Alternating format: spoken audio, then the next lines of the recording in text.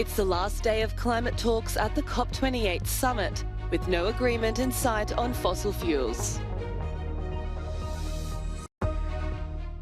Israel says it's ready to continue its bombardment of Gaza for months to come as the death toll in the enclave approaches 18,000. The IMF approves 834 million euros in funds for Kyiv, a welcome boost as Ukraine's president seeks to shore up his embattled nation's economy. Poland's parliament votes in favour of Donald Tusk becoming prime minister, putting an end to 8 years of nationalist rule. Hopes for finishing a critical climate summit on time are fading as countries are still far apart on key issues, including an agreement on what to do about fossil fuels causing dangerous global warming. COP28 is scheduled to finish around midday, but Monday's release of a draft agreement has angered certain countries. Ce texte, il est insuffisant. Il y a des éléments qui sont pas acceptables en l'état. C'est une déception. The need for urgency to replace and reduce fossil fuels in the power sector in this critical decade is completely missing. The language on coal contradicts EU energy policies, and it allows for new coal power plants. The draft calls for countries to reduce consumption and production of fossil fuels in a, quote, orderly and equitable manner. Campaigners say it's far from enough. Saudi Arabia and other fossil fuel producing nations have pushed back, and eventually what we are seeing a language which only talks about reducing consumption and production of fossil fuels. That's unacceptable. We as civil society reject the text because we are already going through climate emergency. A revised text is expected later Tuesday that takes into account many of the comments from participants. Final decisions by delegates have to be by consensus. Palestinians rushed to save people trapped under the rubble in central Gaza after an Israeli airstrike. Around 18,000 people in the enclave have been killed since the war began in October, according to the Gaza Health Ministry. The vast majority of them, women and children, thousands more are believed lost under the rubble. The war and siege have also taken a heavy toll on basic services, especially healthcare. Only 14 of Gaza's 36 hospitals are functioning.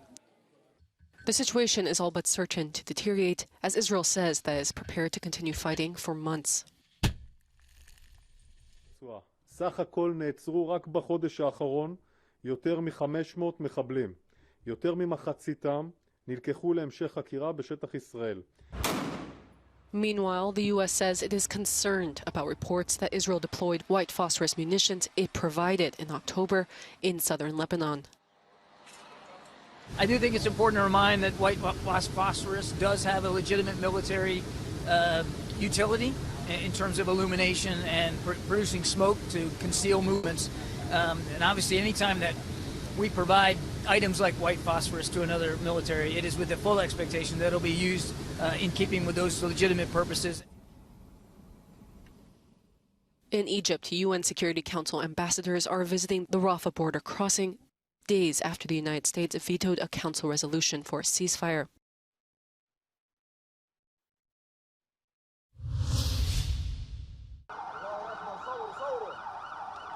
The EU is considering imposing sanctions against violent Israeli settlers in the West Bank, including a visa ban and more strict controls for settlement products. Since Hamas's terrorist attack on October 7th, there's been a marked rise in attacks against Palestinians, including destruction of their schools, homes and forced expulsions from their land.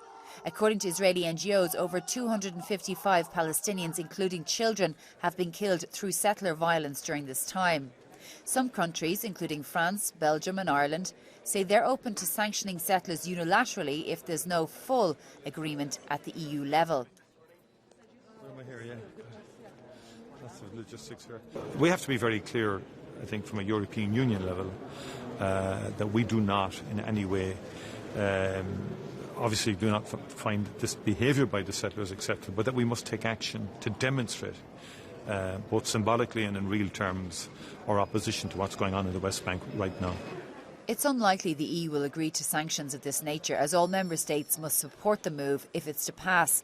This is despite the EU's foreign policy chief, Josep Borrell, repeatedly calling out settler violence. Meanwhile, the United States State Department has said it will sanction Israeli settlers. For instance, the US seems rather beholden to Israel. But when it comes to the settlers, actually, even the US, even the State Department has gone as far as to say, okay, we need to sanction settlers that are perpetrating violent crimes today. So if the US and the State Department can do it, it would really be a disappointment, a lack of capacity of action if Europeans also can't unite. The new sanctions regime under consideration also targets additional senior members of Hamas, which is already deemed a terrorist organisation by the EU. Shona Murray, Euronews, Brussels.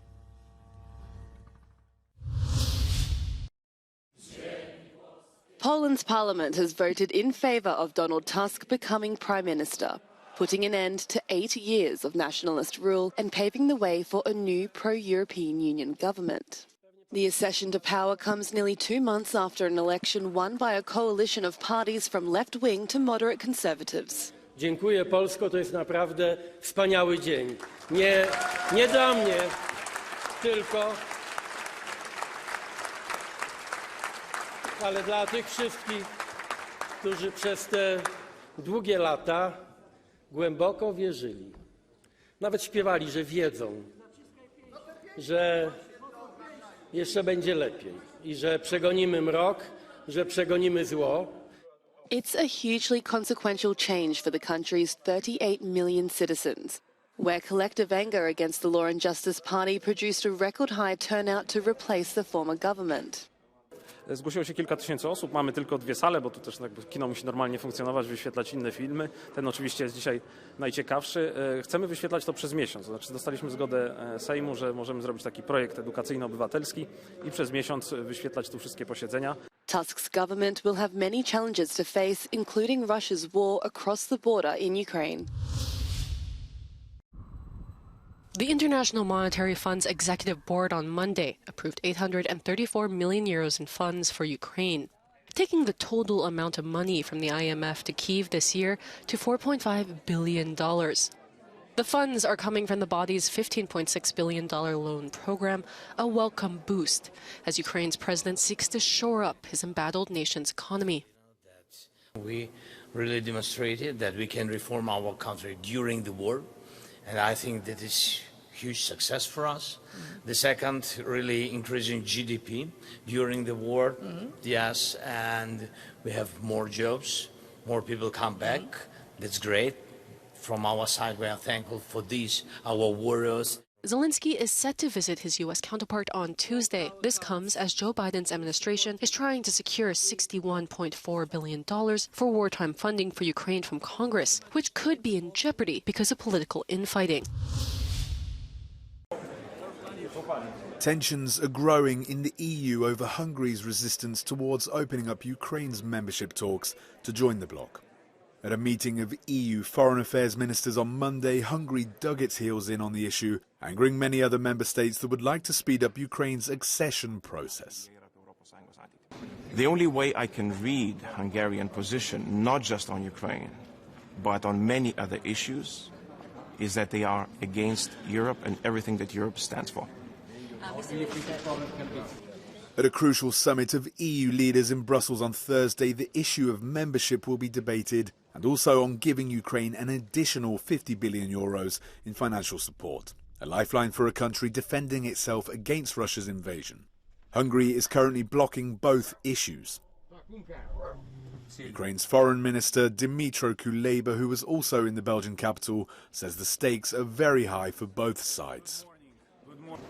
I cannot imagine, I don't even want to talk about the devastating consequences that will occur shall the Council fail to make this decision, not only with regard to Ukraine, but in a broader sense on the issue of enlargement as a whole.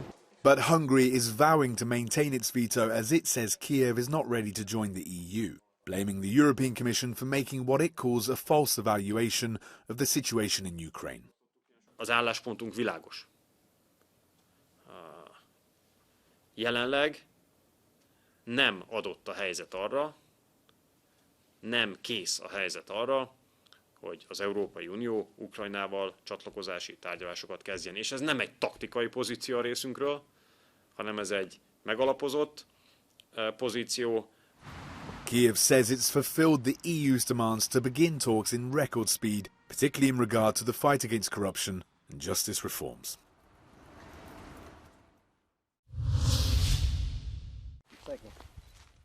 Myanmar, already racked by a brutal civil war, has regained the unenviable title of the world's biggest opium producer. A new report from a UN agency shows the Southeast Asian country's opium output has topped that of Afghanistan, where the ruling Taliban imposed a ban on its production. The veto has led to a 95% drop in the cultivation of opium poppies. In the last year, the estimated amount of land in Myanmar used to grow the illicit crop increased by 18%.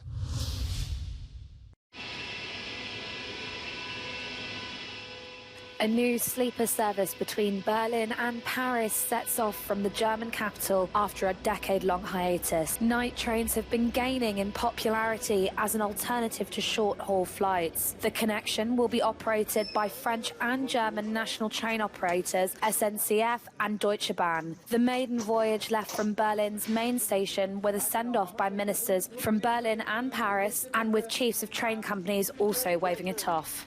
Danke.